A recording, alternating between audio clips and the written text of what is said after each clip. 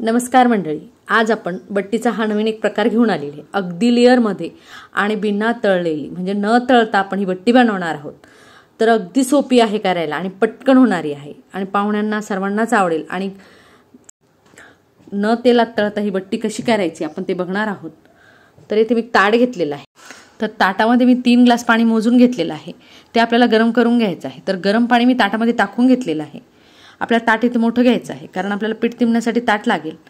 तर त्या गरम पाण्यामध्ये मी जाडसर कुटून घेतलेले धणे टाकून घेतलेले आहे. 1 चमचा जाडसर धणे कुटून टाकलेले आहेत. 2 चमचे तीळ टाकायचे आहेत. तीळ असतील तर टाका, नसतील तर नाही टाकले तरी चालतील. हळद 1 चमचा. हळद आपल्याला रंग येण्यासाठी आपण इथे हळद वापरतोय. आणि ओवा घेतलाय. तर ओव्याला आपल्याला थोडंसं हातावरती चोळून घ्यायचं आहे, म्हणजे थोडंसं बारीक करून घ्यायचं आहे. तर छान आपलं चोळून झाल्यानंतर आपण त्या पाण्यात टाकून घेणार आहोत. तर इथे मी ओवासुद्धा टाकून घेतलेला आहे. आणि तसेच मी 1 चमचा जिरं घेतलं आहे. तर जिरंसुद्धा आपल्याला छान चोळून घ्यायचं आहे आणि चोळल्यानंतर ते सुद्धा पाण्यात टाकून घ्यायचं आहे. तर हे आपलं साहित्य टाकून झाल्यानंतर आपण इथे 3 पाव रवा घेतलेला आहे. तर हे 9 माणसांचं मेजरमेंट आहे. तर इथे मी 3 पाव रवा घेतलेला आहे. तुमचे जर कमी मेंबर असतील तर तुम्ही वाटीने घ्यावं. तर इथे 3 पाव रवा घेतलेला आहे आणि आपल्याला छान या पाण्यामध्ये मिक्स करून घ्यायचं आहे. मिक्स करताना हळूवारपणे करायचं कारण आपलं खालचं पाणी गरम आहे. गरम असतानाच आपल्याला हा रवा पाण्यामध्ये टाकायचा आहे. तर छान इथे मिक्स करून झाल्यानंतर मिक्स करताना आपल्याला एकसारखा रवा हलवून घ्यायचा, म्हणजे पूर्ण रवा आपला पाण्यामध्ये भिजला पाहिजे. तर तुम्ही बघू शकता छान सुद्धा रंग आलेला आहे, त्याला पिवळा रंग आलेला आहे. आणि आपण जे साहित्य टाकलेलं आहे ते रव्यामध्ये छान मिक्स झालेलं आहे आणि रव्याला मस्त सेंट आलेला आहे. म्हणजे आपलं धणे जे टाकलेले आहेत कुटून, ओवा जिरे जे आहे टाकलेलं खूप छान लागतं त्यामध्ये. तर इथे छान मिक्स करून झाल्यानंतर आपल्याला 2 मिनिटं याला थंड होऊ द्यायचं आहे. थंड झाल्यानंतर मी 1 किलो गव्हाचं पीठ घेतलेलं आहे. 3 पाव रवा म्हणजे 3 वाट्या रवा घेतलेला आहे आणि 4 वाट्या गव्हाचं पीठ घेतलेलं आहे. तर इथे 1 किलो मी गव्हाचं पीठ घेतलेलं आहे. छान आपल्याला मिक्स करून घ्यायचं आहे ते सुद्धा. तर इथे मी खायचा सोडा म्हणजे आपला बेकिंग सोडा 1 चमचा टाकून घेतलेला आहे. आणि चमचा टाकून घेतल्यानंतर आपल्याला चवीनुसार यामध्ये मीठ टाकून घ्यायचं आहे. तर मी इथे मीठ टाकून घेतलेलं आहे पिठामध्ये. आपल्याला हे टाकून घेतल्यानंतर आपल्याला इथे छान मिक्स करायचं आहे. आणि तुम्हाला जर तूप आवडत असेल पिठामध्ये तर तुम्ही इथे थोडंसं तूप टाकू शकता. 2 ते 3 चमचे टेबलस्पून तुम्ही तूप टाकून घेऊ शकता. पण मला तूप आवडत नाही, मी तूप इथे टाकून घेतलेलं नाही आहे. तर आपलं हे मिक्स करून झाल्यानंतर आपल्याला सध्या पाणी घालायचं नाही.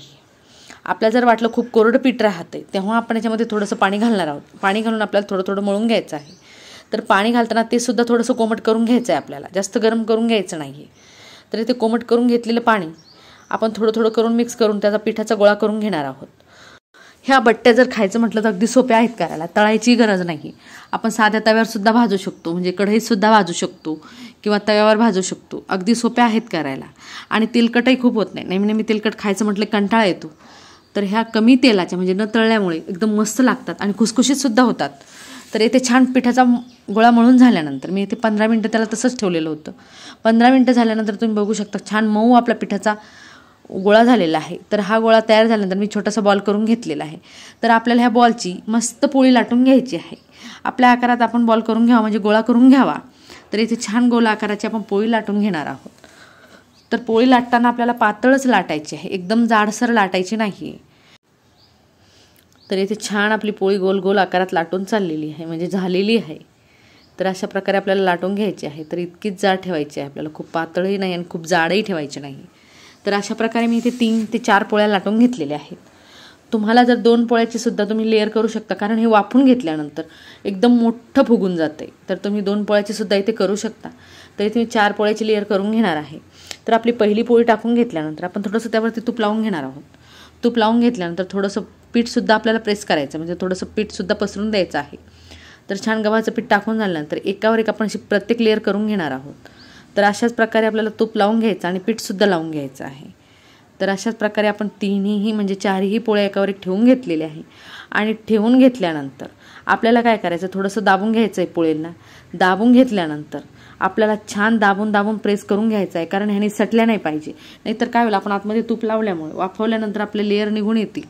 तर त्यासाठी आपण इथे दाबून घेणार आहोत. जर तुम्हाला वाटलं तुमच्या लेअर एकदम दबलेल्या नाहीत, तुम्ही पोळीला ज्यावेळेस एकावर एक आपण टाकतो त्यावेळेस लाटण्याने एकसारखं प्रेस करून घ्यायचं, म्हणजे दाबून घ्यायचं आहे.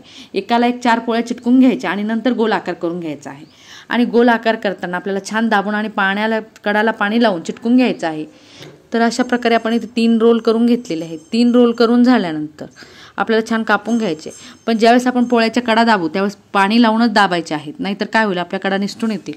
तर इथे छान आपल्या 2-2 भाग करून झालेले आहेत. 2-2 भाग करून झाल्यानंतर तर तुम्ही अशा प्रकारे 2-2 भाग करून घेतल्यानंतर आपल्याला एक चाळणी घ्यायची आहे, याला वाफवून घ्यायचं आहे आपल्याला.